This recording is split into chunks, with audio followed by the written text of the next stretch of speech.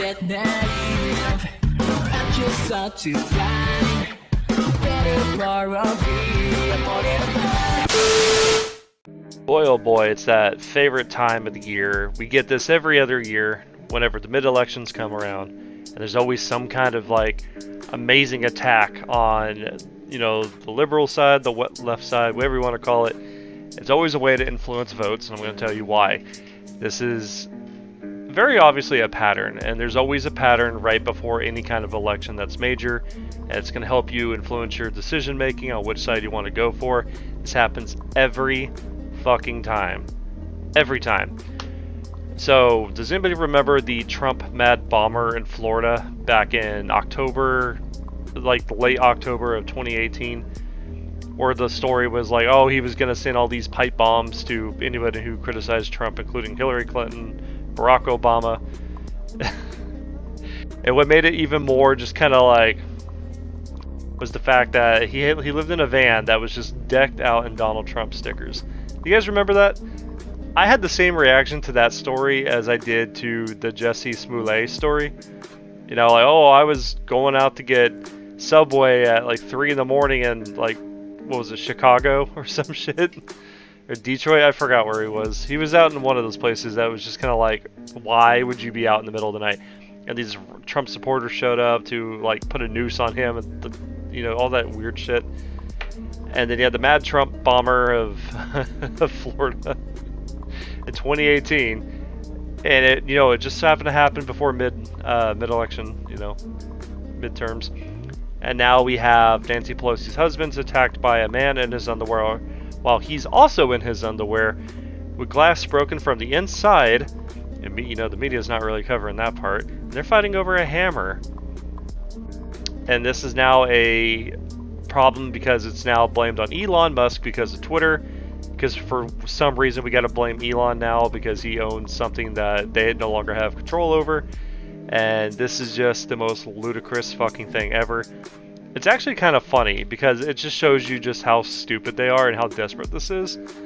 Now, obviously there's more to this story, of course. There's always going to be more to the story, and we're only going to be able to highlight whatever, you know, has been actually reported. You know, it's just one of these things. Oh, this guy was very clearly far right. He was just like breaking into the house asking, where's Nancy? Where's Nancy? Why are they both in their underwear? Why is the glass broken from the inside? There are many questions I could be asking about this shit right now. And, you know, for whatever reason, you're not allowed to ask this stuff. You're not supposed to think about this stuff.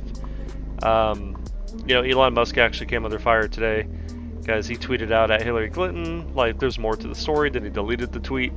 You know, it's very clear that he's just trolling around since he put parentheses, or he put air quotes around one of the words he was using. You know, it's Elon. Elon doesn't really tweet about this kind of shit. Unless there's some kind of like meme or laugh at, you know, whatever. It's a troll tactic. It's pretty clear it's a troll tactic. And of course, you know, everyone just lost their collective fucking shit because, you know, of course they did. That's what they're going to do. Now they're just saying, oh, you're spreading fake news. Well, guess what? Your fake news no longer matters anymore because you can't use it anymore. It's just Twitter, just who cares? You can't control the narrative anymore, and they're fucking freaking out about this shit. And you know what? It's fucking hilarious. It's hilarious. I have been called, on Twitter in like the last 3 days, I have been called a right-winger. I have been called a conservative like 15 fucking times, even though I'm not. But, you know, these people are just so, like deprived of cranial stimulation that they're just going to sit there and spew that shit off because I'm somebody who's opposing their viewpoints. And here's the big thing about me. I don't give a shit if you're right or left. I will attack the fuck out of you if I don't see some consistency. If I feel like you're just being stupid for the sake of being stupid, if you're naive about something, if you don't seem to want to pay attention to reality, I will call you out on that. It's just easier to do it to people on the left. You know why? Because they're fucking batshit insane. You know, I used to do this shit to people on the right all the fucking time. You know, I think I already talked about this in my last video. Like, look at me. I'm covered in fucking tattoos and piercings. I wear all black. I listen to My Chemical Romance. What part of me screams conservative to you? I don't believe in God. Like, hi. I watch anime, for fuck's sake. My favorite movie is Scott Pilgrim, which takes place in Toronto, Canada. You know how liberal Toronto, Canada is, and I'm supposed to be right wing? Really? Me? I have a thing for Ramona Flowers. Ramona Flowers, you could not tell me this girl voted anything that's in the red department. There's just no fucking way. If she ever did vote, I mean, I don't know, it's a fucking comic book. What part of this demeanor? I have an eyebrow ring for fuck's sake, man. I have a skull ring. You think I'm voting red? Like, get the fuck out of here, bro. Oh god, I love it. You should always pay attention for the midterms. You should definitely pay attention for the main election. There was a big meme back when, you know, the COOF virus, you know, that big famous virus we just had that I can't talk about. There was a meme on the internet for many years saying that every 100 years there is a new virus that takes place. And there was one in 1820, there was one in 1920, and we were going to have one in 2020. And guess what happened during election season? Oh, look, here it comes. We had the COVID. And I'm not saying that it was a fake virus. Obviously, it was very real. I just don't think it was as dangerous or potent as people wanted to claim. It's kind of hilarious to me that, you know, no one wants to admit to the fact that, you know, the flu just kind of vanished off the face of the earth during this entire time. Of course, some people died from this virus. A lot of people were very clearly unhealthy and they got sick. You know, shit happens. That's why you should probably quit eating your fucking dinosaur nuggets and get out and work out. You know, you get mad at Joe Rogan all you want, but he's got a good point about that. Healthier people are less likely to die from this shit. You know, per any kind of virus, of course. I got COVID. Okay, here's the thing about me. I didn't want to get that fucking shot for like 3 years or 2 years, however long ago it was.